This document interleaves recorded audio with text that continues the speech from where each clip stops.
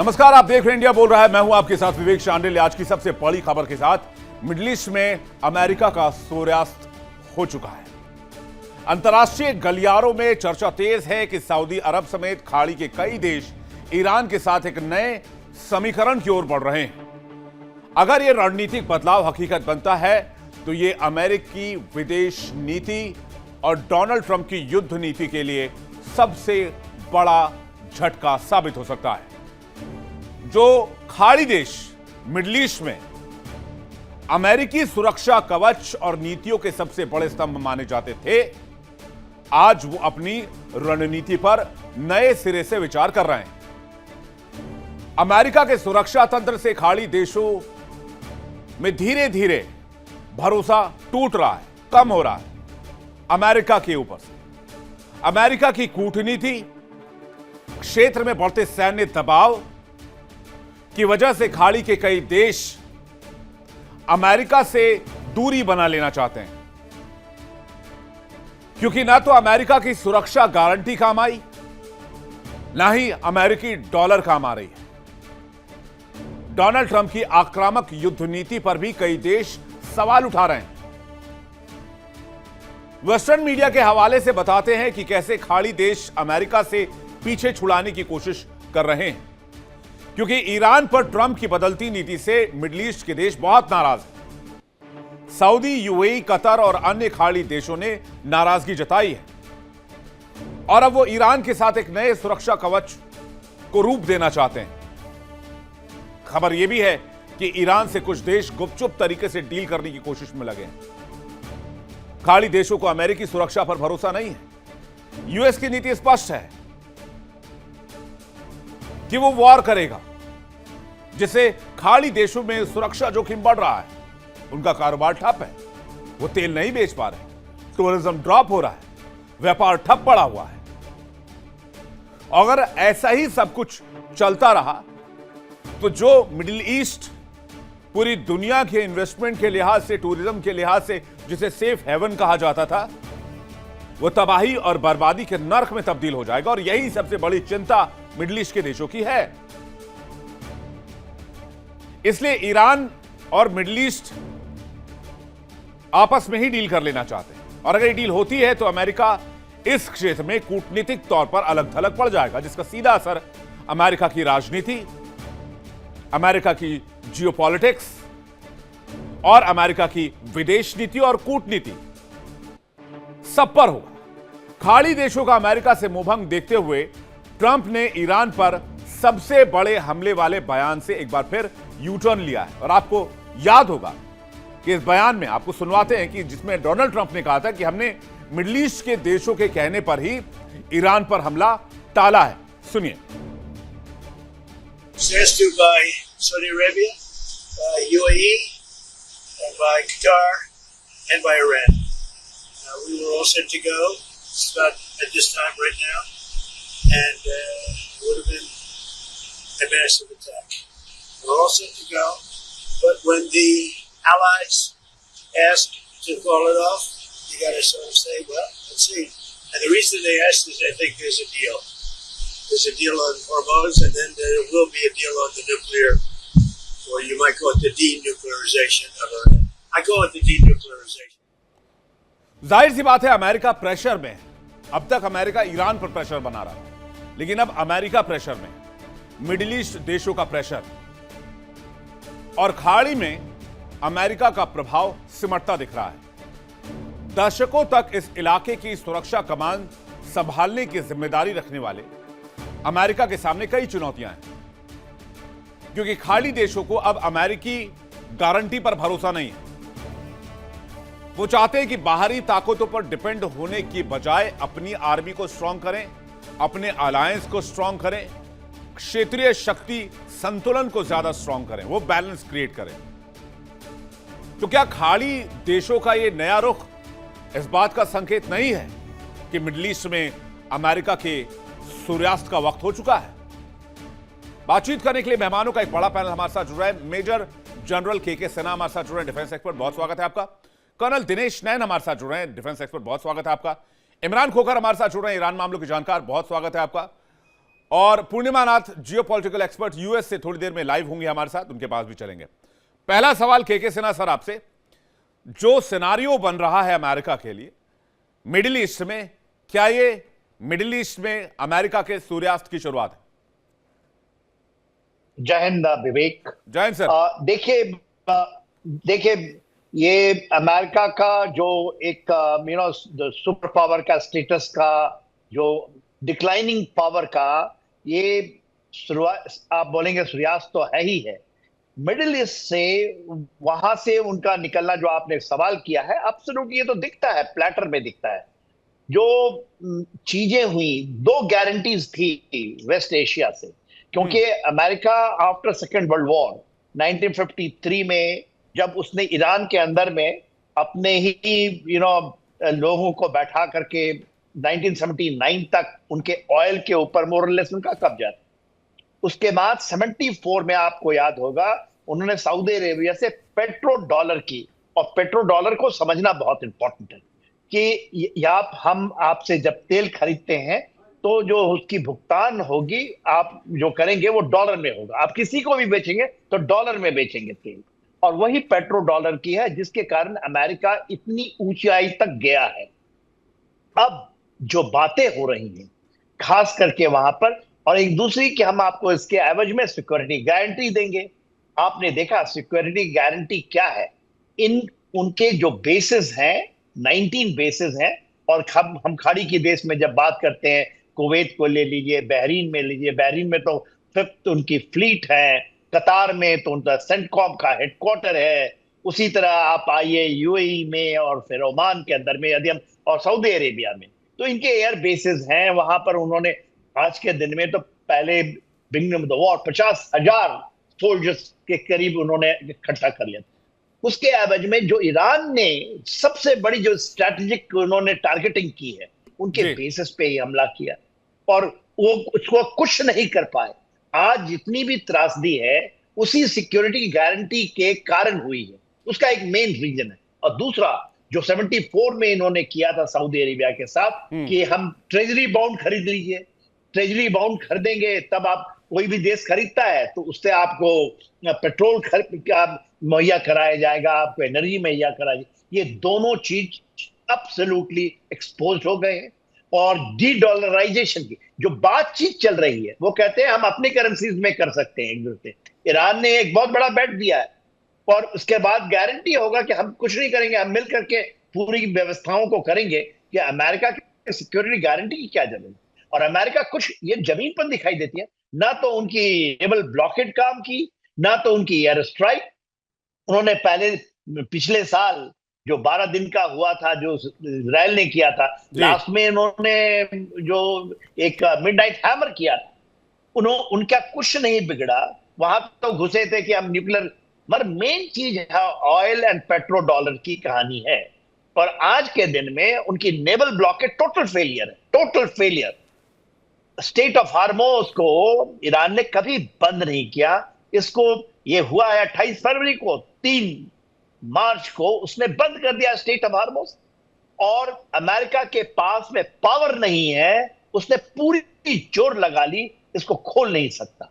उन्होंने प्रूव किया है, और इसी को कहते हैं स्ट्रैटेजिकली, जब आपको बोध होती है, ज्ञान होती है कि हम मिलिटरली स्ट्रैटेजिकली अपने चीजों को करते हैं। हमारे साथ ऊपर वाले का देन है कि हमारे पास तेल है, और आपका पूरा ज्योग्राफिकल जो इनका ये है, ईरान के पास ज्योग्राफी उनके साथ में नो वन कैन, किसी ने इंटरवीन नहीं किए। तो उस चीज को रियलाइज करके, और 9 करोड़ लोग जो रहते हैं, उन्होंने जिस तरह से साथ दिया है पूरी कंट्री ने, उन्होंने अपनी एक अधिपस्त बना ली है। और आपने बहुत सही बताया, इसका ये सूर्योदय नहीं है, ये इनका सूर्यास्त अभी होने वाला है, क्योंकि टोटली एक्सपोज है अमेरिका। बिल्कुल। कर्नल दिनेश मैन, आपका वर्जन क्या है इस पर? देखिए, मैं इस बात से बिल्कुल इत्तेफाक नहीं रखता हूं। मैं समझता हूं कि स्ट्रेटेजिकली और जियोपॉलिटिकली चीजों को समझना बहुत जरूरी है। अमेरिका का आज की तारीख में अपनी बेसिस को वहां से हिलाना, यानी अपने ट्रूप्स का मूवमेंट करना, चाहे इजराइल में कर रहा हो चाहे बाकी जगहों पे कर रहा हो, वो इसलिए है कि दुनिया के अंदर हाइपरसोनिक मिसाइल्स या जो बैलिस्टिक मिसाइल्स हैं, इनको रोकने के लिए किसी के पास में भी 100% कोई एयर डिफेंस सिस्टम है ही नहीं। तो ये कह देना कि अमेरिका उनकी मदद नहीं कर पाएगा या दूसरा देश नहीं कर पाएगा, ये इस बात पर निर्भर करता है कि आपके पास क्या 100% एयर डिफेंस सिस्टम है, जो दुनिया में नहीं है। तो इस बात को अमेरिका ने रियलाइज किया कि ईरान के दो पहलू थे। पहला पहलू ये कि आपने अमेरिका के एयर बेसिस जो है गल्फ कंट्रीज ने, जिन्होंने भी अपनी जमीन पे रखे हैं, वो हम उनको दुश्मन मानेंगे। नंबर दो, अमेरिका ने देखा कि हम मेरे ट्रूप्स के ऊपर ही इसमें खतरा नहीं बढ़ रहा, मेरे आर्मामेंट ही नहीं खराब हो रहे, बल्कि साथ ही साथ ये जो गल्फ कंट्रीज हैं, सॉरी, इनके ऊपर भी नुकसान होने की बहुत संभावनाएं हैं अगर वो बड़ा अटैक करते हैं तो स्ट्रेटेजिकली एक बेसिस को रिट्रीव किया गया वहां से टाइम बीइंग के लिए, बचाने के लिए। अब आ जाते हैं दूसरी बात के ऊपर। ईरान अमेरिका को हरा दिया। मैं इसको बहुत ही बचकाना बात मानूंगा, बिल्कुल बचकाना बात मानूंगा।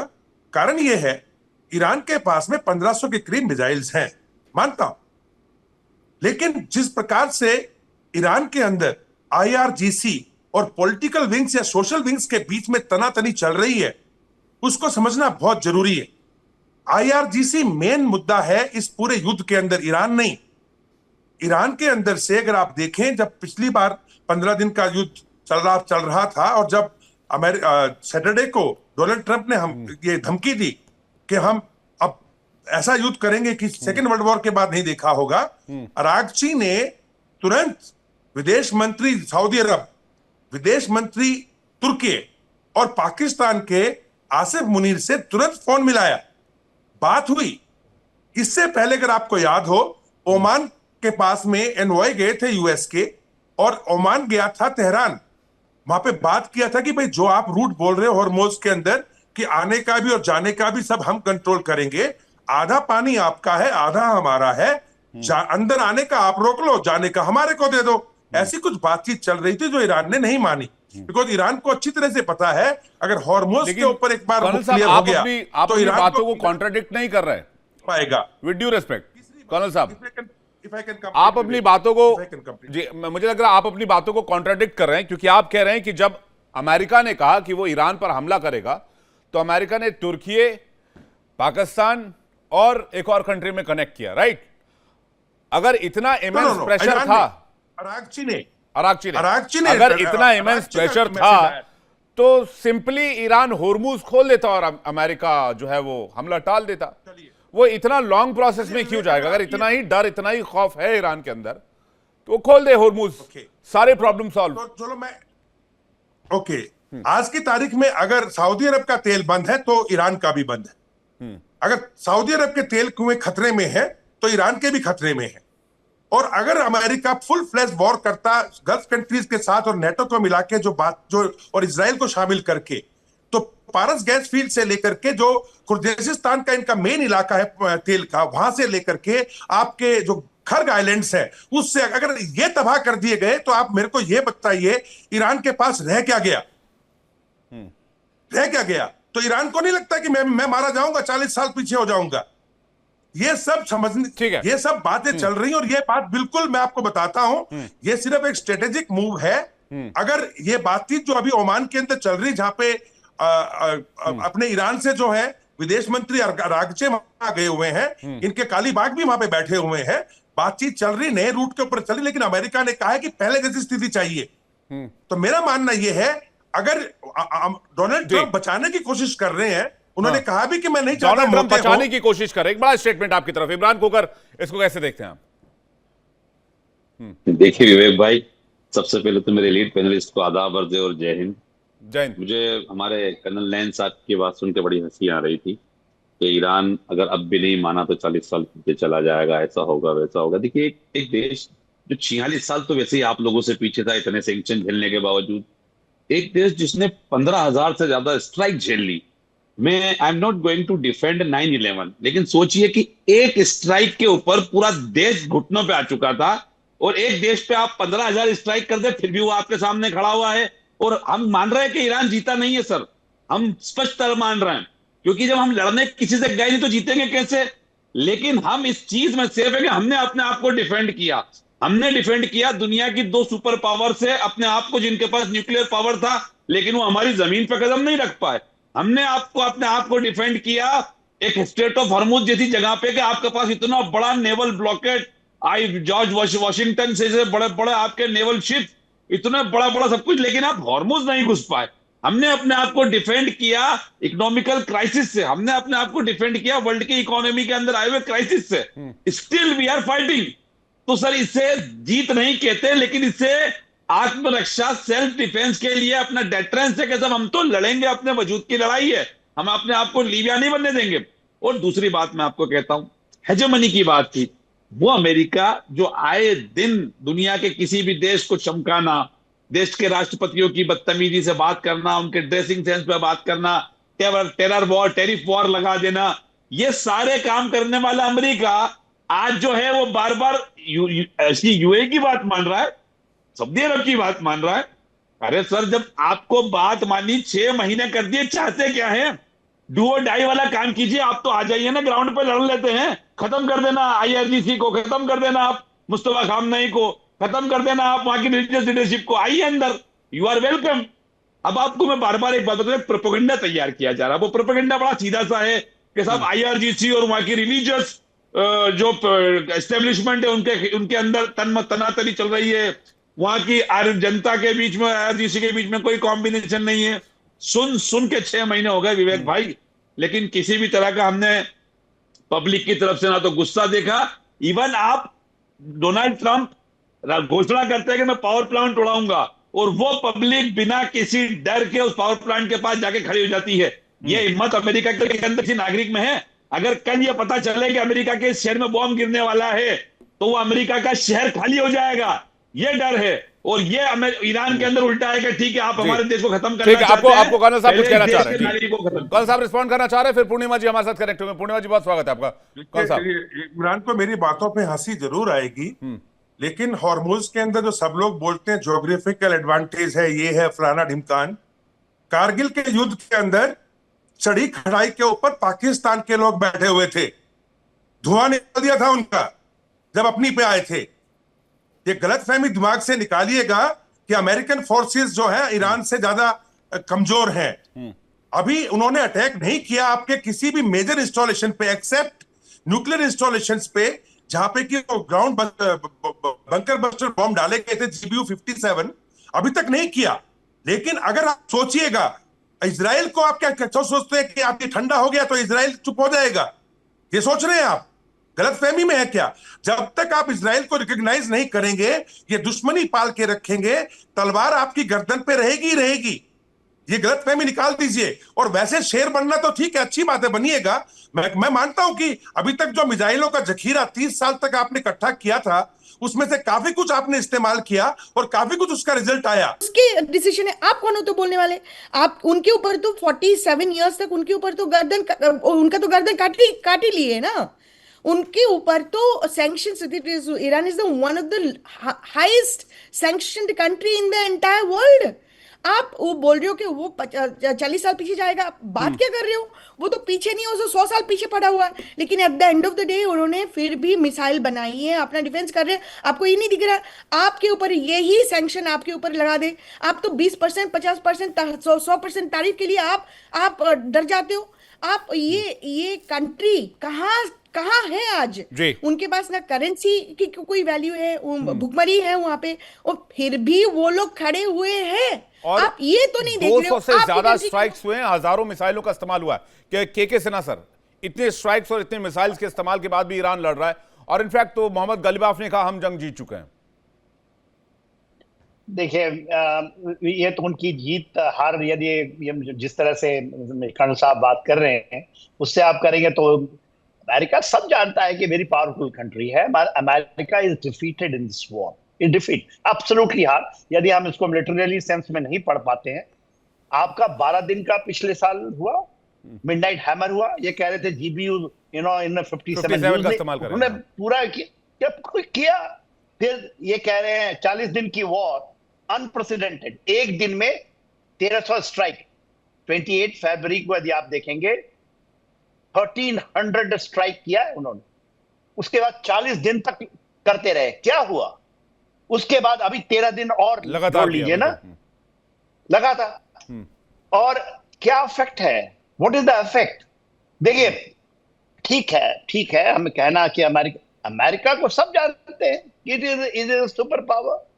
Anyone who has got a sense, it has got power. But the power, जिसके पास कैपेबिलिटी वो नहीं होती कि हम कैजुअलिटी ले लें, हम उन चीजों को कर लें। ये कह रहे थे कि कारगिल वॉर इंडियन आर्मी ने लड़ा है, मैं पाकिस्तान के अंदर था कारगिल वॉर में। हम उसको कह दें कि उसको ये जो आप यदि ईरान की टेरेन डिसाइड्स, डिटर्मिनेशन डिसाइड्स, वो आज वो कह रहे हैं, देखिए ईरान डिफेंसिव लड़ाई लड़ रहा है वो, और उसकी टारगेटिंग इतनी अच्छी है। और क्यों नहीं, यदि उसके 12 नॉटिकल माइल में और 12 नॉटिकल माइल इधर से, तो यदि आप उधर देखिए जो टर्की का है, जो टर्की में का एक सिस्टम है, पहले वो सेकेंड वर्ल्ड वॉर के पहले जब आपका रूल नहीं बना था, द सी ऑफ लॉज, तब उसमें कहा है उसका सेम कंडीशन है। ओमान के भी तो 12 नॉटिकल माइल हैं, वो कह रहे हैं, और उनकी कैपेबिलिटी है, उन्होंने दिखा दिया। यदि इतनी हिम्मत है अमेरिका को, तो अपने जितने भी उन्होंने 4 एयरक्राफ्ट कैरियर लेकर आए थे, अंदर घुस जाते। क्यों उन्होंने एमओयू साइन किया इन फेवर ऑफ ईरान? यदि एमओयू के पूरे प्रोविजन को, 14 प्रोविजन को पढ़िए, पूरा इन फेवर ऑफ ईरान है। डोनाल्ड ट्रंप साहब कहते हैं कि हम निकलना भी चाहते हैं, ऑफ रैम्प चाहते हैं, मगर उनको ये नहीं पता है कि हाँ हम जीतेंगे। वो तो ईरान हमसे गिड़गिड़ा रहा है। ईरान ने कहा दिया, मैं तो खाया ही नहीं, अभी कल की बात है। वो कहते हैं कि हम आपको पाषाण युद्ध में भेजिए ना। बातों से बात नहीं होती, जमीन पे करनी पड़ती है। जमीन पे यदि आप करते हैं और किसी को कम आंकना, 1979 में आपको पता है, यही अमेरिका ने वहां ट्राई किया था 79 में जब, और उस 53 के यदि इतिहास को ईरान ने नहीं अलाउ किया, भागना पड़ा था अमेरिका को।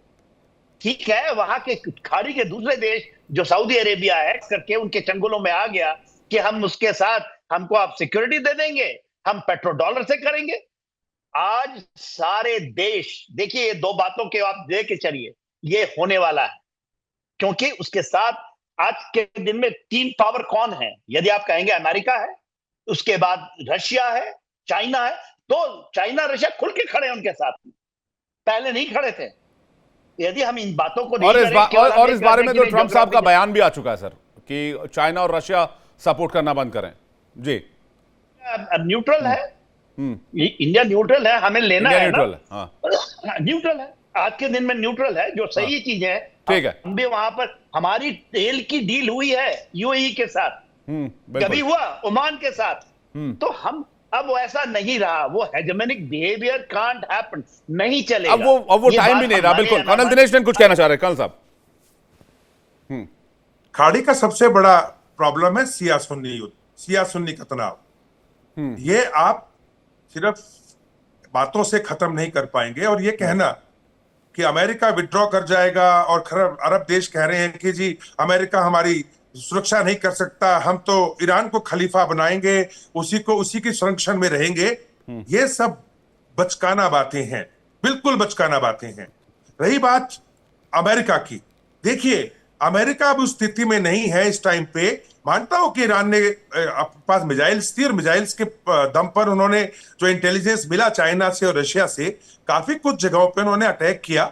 बट अमेरिका ने अभी तक इनके मेजर इंस्टॉलेशंस को छोड़ा हुआ है, चाहे वो खर्ग आइलैंड्स थे, चाहे पारस गैस फील्ड्स थी, चाहे आपके खुर्दिस्तान के इलाके हैं, सब मेजर चीजों को छोड़ा हुआ है। बम्बार्डमेंट की थी तो बेसिकली इनकी लीडरशिप पे की थी, इनके जो आईआरजीसी के ठिकाने हैं, कमांड सेंटर्स हैं, इनके जो खार्ग पे भी अटैक हुआ है, केश्म पे भी अटैक हुआ है, होर्मुज पे भी अटैक हुआ है, तेहरान में हमले हुए हैं।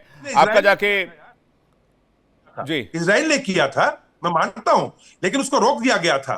तो अभी जो मेजर अटैक, जब इनको पता चला कि मेजर अटैक होने वाले हैं, आप ये कहना चाह रहे हैं सबके सब, मैं खुश होऊंगा विवेक, जो मेरी बात सच निकलती है तो उस दिन प्लीज इन सबको डिबेट में जरूर बुलाना, और मुझे भी बुलाइएगा। मैं बिल्कुल रिक्वेस्ट टू दैट। के सिन्हा कुछ कहना चाह रहा आपको। के सिन्हा जी, देखिए देखिए डिबेट में हम लोग नहीं आते, तो अपनी बात रखिए, क्यों चैलेंज करते हैं? ठीक है, आप बहुत बड़े स्टडीज होंगे, आपकी आप बहुत पढ़े लिखे हैं, आपने बहुत अच्छी कमांड की एक ईरान के पक्ष में, ईरान के पक्ष में मुझे नहीं मालूम, कभी कभी मैं अमेरिका का कोई पिछलग्गू नहीं हूं, ना ही मैं डोनाल्ड ट्रंप का चमचा हूं, ना ही मुझे अमेरिका से कोई लगाव है, लेकिन जो जमीनी हकीकत दिखाई दे रही है उसको सिर्फ तोड़ मरोड़ के आप ईरान की जनता को पिटवाओगे, मरवाओगे। गलत चीजें हैं, ईरान गलत कर रहा है, और उसके अंदर वो इंटरनेशनल वाटर्स है। 6 महीने से वो लड़ रहे हैं, अभी तक तो कुछ बाका ज्यादा नहीं हुआ। ठीक है, 40 लोग इमरान खोखर कुछ कह रहे हैं सर। भाई एक सुपर पावर मुल्क, एक 47 साल से लगे सैंक्शन वाले मुल्क को तो अभी तक में हरा देना चाहिए था ना। ये बेसिक क्वेश्चन है दिनेश साहब, ये बेसिक क्वेश्चन है। इमरान खोखर कुछ कहना चाह रहा है आपको? इमरान खोखर जी देखिए मैं रिस्पेक्टेड दिनेश साहब को एक बात बता दूं कि जब इस वॉर की शुरुआत हुई थी तब से अमेरिका ने शिया सुन्नी का प्रोपेगेंडा बीच में लाया था। उसके बावजूद आज भी हिंदुस्तान की हर सुन्नी कंट्री की सरकारों को छोड़कर वहां की तमाम तर जनता आज भी ईरान के पक्ष में खड़ी है on the basis of humanity. देखिए उनके शिया सुन्नी वाला मैटर तो है, लेकिन जो कर्नल दिनेश नैन को कहना चाहूंगा, जो ऑब्जेक्टिव लेकर अमेरिका आया सर, विद ड्यू रिस्पेक्ट, कि भाई आपके परमाणु कार्यक्रम को रोकना है, वो ऑब्जेक्टिव साइड हो गया। अब उनका प्राइम ऑब्जेक्टिव है होर्मुज खुलवाना। इसको हिंदी के मुहावरे में कहते हैं, आए थे हरि भजन को ओटन लगे कपास। तो वो ऑब्जेक्टिव ही चेंज हो गया, तो इसलिए सवाल उठाए जाते हैं ना। आप लोगों से डिबेट करके बहुत मजा आता है, मैं दोबारा आमंत्रित करना चाहूंगा, आप लोग जरूर आइएगा। अभी के लिए फिलहाल लेते हैं, बहुत बहुत शुक्रिया हमारे साथ जुड़ने के लिए और अपना कीमती वक्त देने के लिए, बहुत बहुत धन्यवाद। इंडिया बोल रहा है फिलहाल लेते हैं वक्त ब्रेक का, फॉर मोर। देखिए इंडिया डेली 24/7 अब आपकी स्मार्ट टीवी पर। इंडिया डेली मौजूद है सभी डिजिटल प्लेटफॉर्म पर लाइव और लगातार। इंडिया डेली 24/7 हर दिन राष्ट्र को समर्पित।